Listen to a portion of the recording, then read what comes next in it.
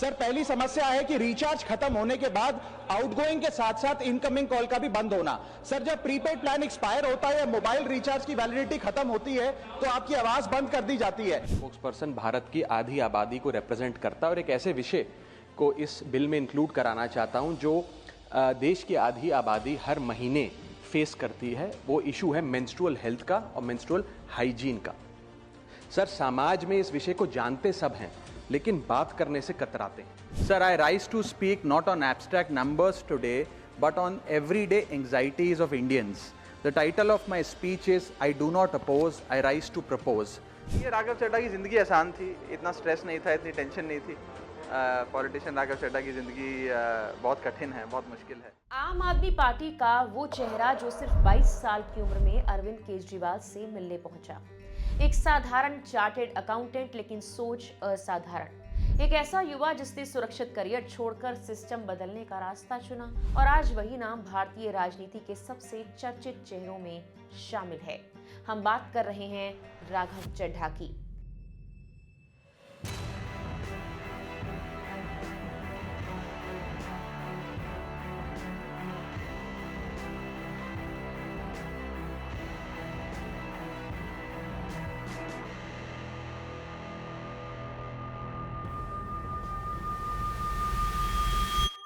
कहानी शुरू होती है दिल्ली से।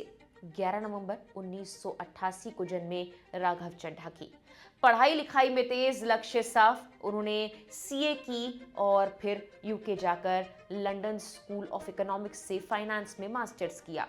जिंदगी एकदम सेट थी, कॉर्पोरेट करियर, अच्छा भविष्य, लेकिन किस्मत ने उनके लिए कुछ और ही लिखा हुआ था। साल 2011 देश में भ्रष्टाचार के खिलाफ एक बड़ा आंदोलन चल रहा था, अन्ना हजारे का आंदोलन। इसी आंदोलन के दौरान 22 साल के राघव चड्ढा ने सोचा कि क्यों ना कुछ वक्त देश के लिए भी दिया जाए।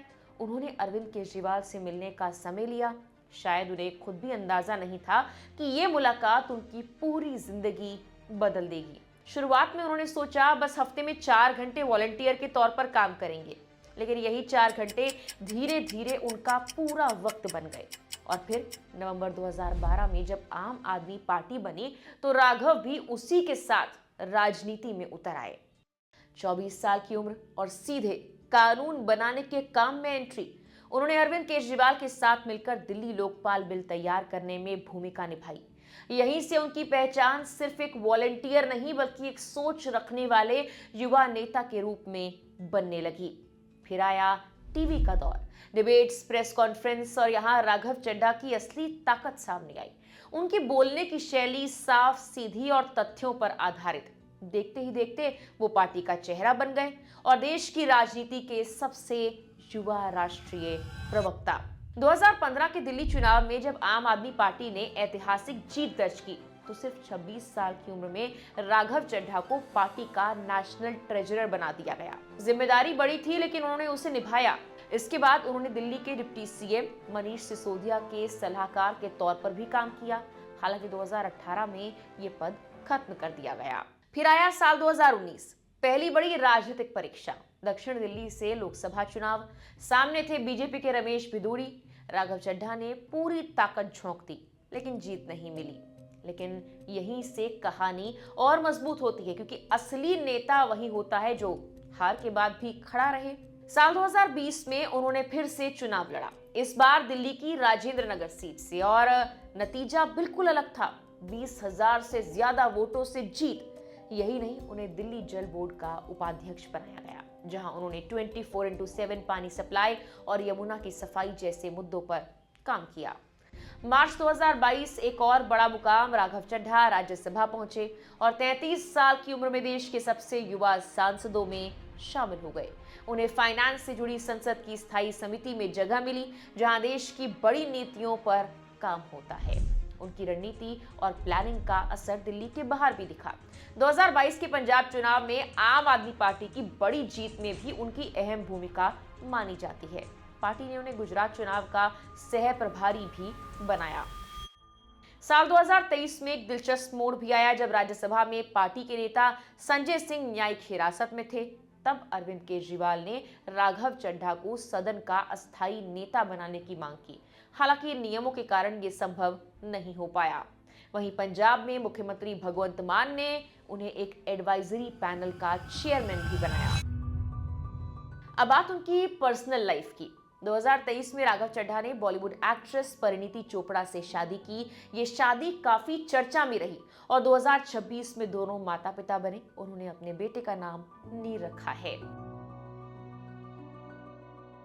अगर परिवार की बात करें तो उनके पिता सुनील चड्ढा एक बिजनेसमैन हैं, मां हाउसवाइफ और उनकी छोटी बहन भी चार्टर्ड अकाउंटेंट बताई जाती है। और अब बात उनकी संपत्ति की।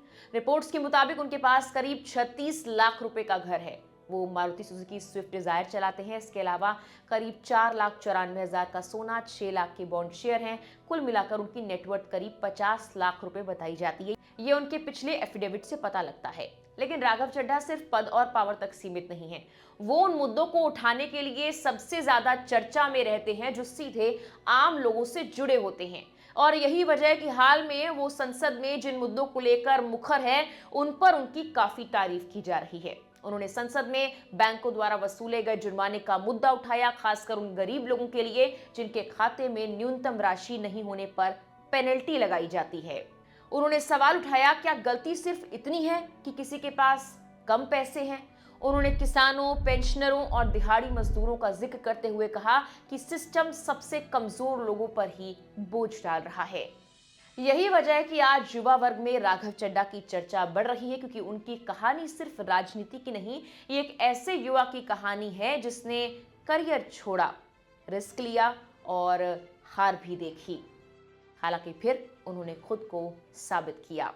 और शायद यही वजह है कि उनकी कहानी हमें ये भी जरूर याद दिलाती है कि अगर इरादा साफ हो, मेहनत लगातार हो और सोच बड़ी हो तो 4 घंटे का एक छोटा सा कदम जिंदगी की पूरी दिशा ही बदल सकता है।